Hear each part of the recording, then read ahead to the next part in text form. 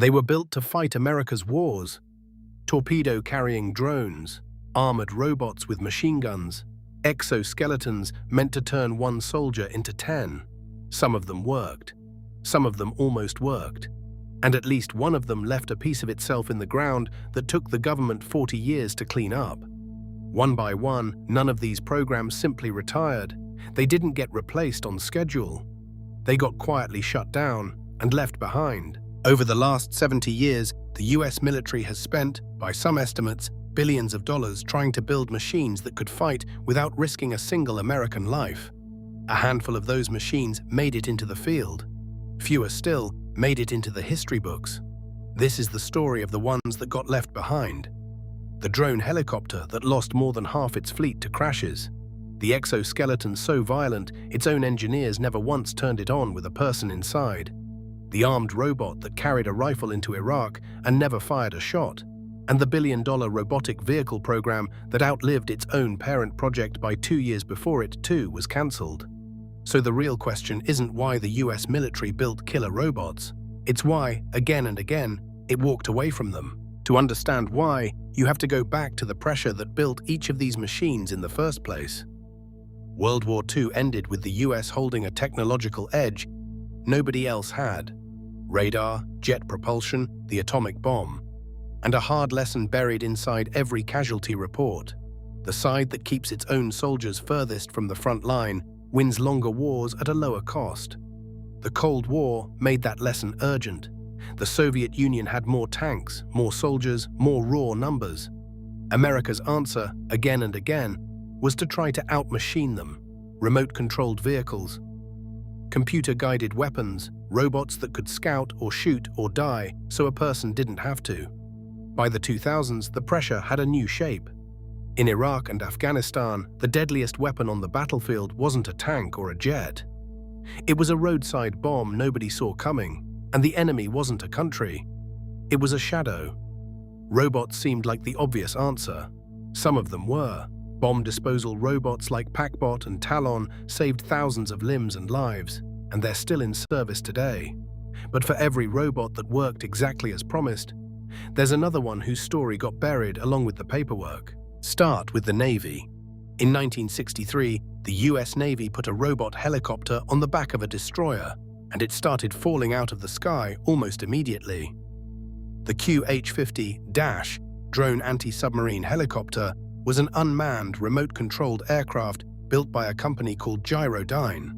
Its job, carry homing torpedoes far beyond a destroyer's own weapons range, so an aging World War II-era ship could kill a Soviet submarine before the sub ever got close enough to fire back. On paper, it was brilliant. In practice, it was flying on 1960s radio technology with no onboard computer to correct a mistake. One lost signal, one operator error, one gust of wind at the wrong second, and the aircraft was gone. The Navy built 746 of these drones. More than half of them were lost at sea. Over 80% of those losses traced back to a single point of electronic failure. Not the pilot, not the engine, just one fragile link in the control chain. In the first 2 months after Dash went operational, there were 27 crashes. And yet, when the Navy finally retired Dash around 1970, it wasn't really about the crash rate. It was because sailors never fully trusted a machine they couldn't see with their own eyes. Japan's Maritime Self-Defense Force kept flying their Dash drones for years after America walked away. Most of the surviving airframes were scrapped or sit quietly in museum storage today. An unknown number are still logged in old Navy accident records, resting uncounted on the ocean floor. But Dash wasn't the only robot the military tried to arm and then put back on a shelf. A few years later, the Army tried something even stranger. Not a machine that could fly, a machine you could wear. Picture a robot suit built to make one soldier as strong as 10. Now picture its own engineers never once daring to turn it fully on. Starting in 1965, General Electric built something called Hardiman, a hydraulic exoskeleton meant to let one operator lift 1,500 pounds as if it weighed almost nothing. Strap in, and suddenly you're strong enough to load artillery shells or carry cargo. No human body could manage alone. The single-powered arm worked. It really could lift real weight.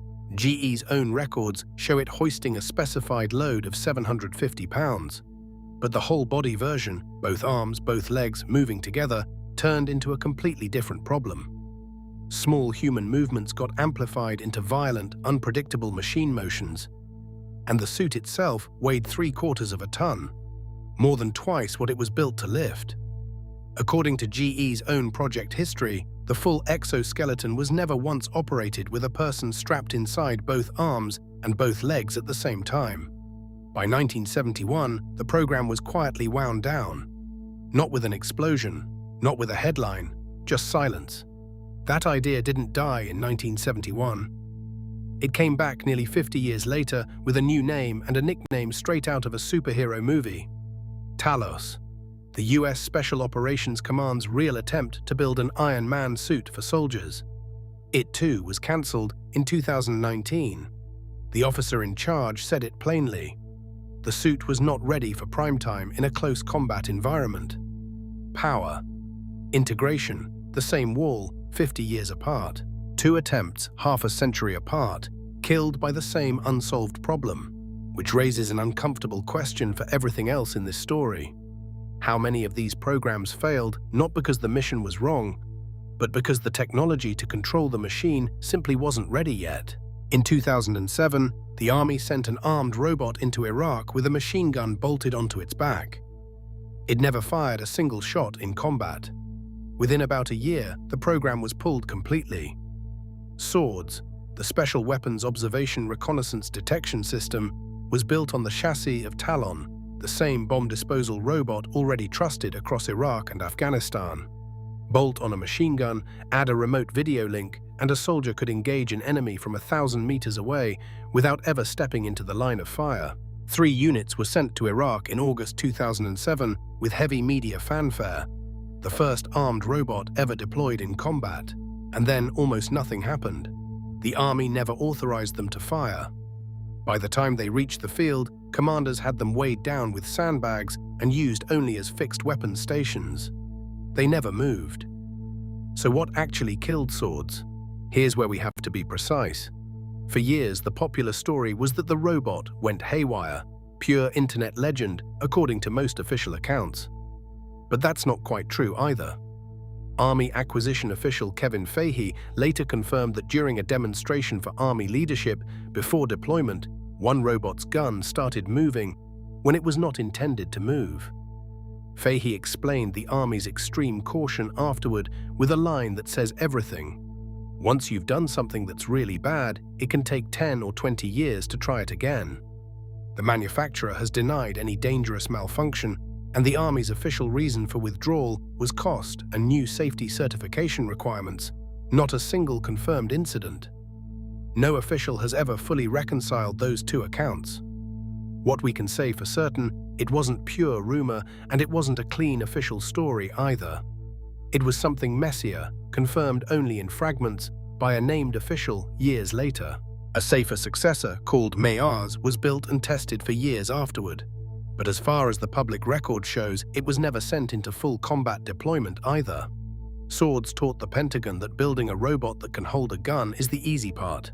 The hard part came 2 years later when the Army tried to build an entire robot army at once. In 2009, the US Secretary of Defense cancelled the Army's largest modernization program in history.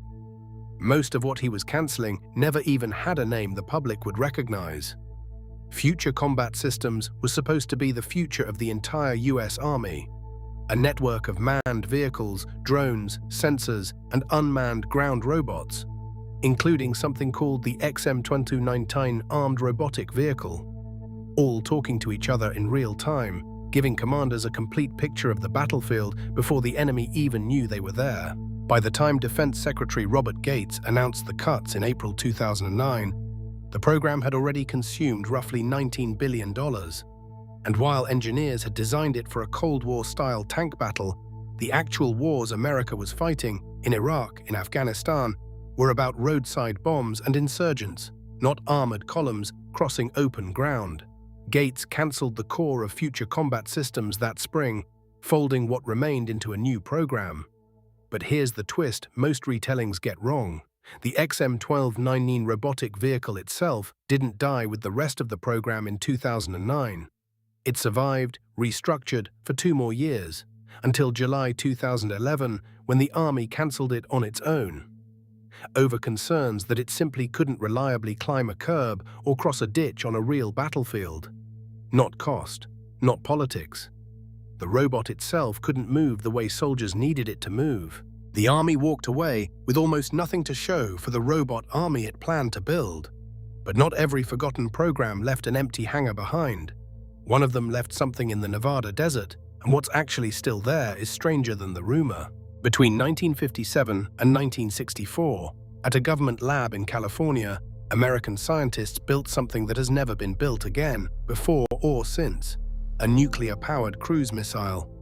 Project Pluto, codenamed SLAM, the supersonic low-altitude missile, was designed to fly at treetop height near 3 times the speed of sound, powered by a nuclear ramjet engine that never needed refueling.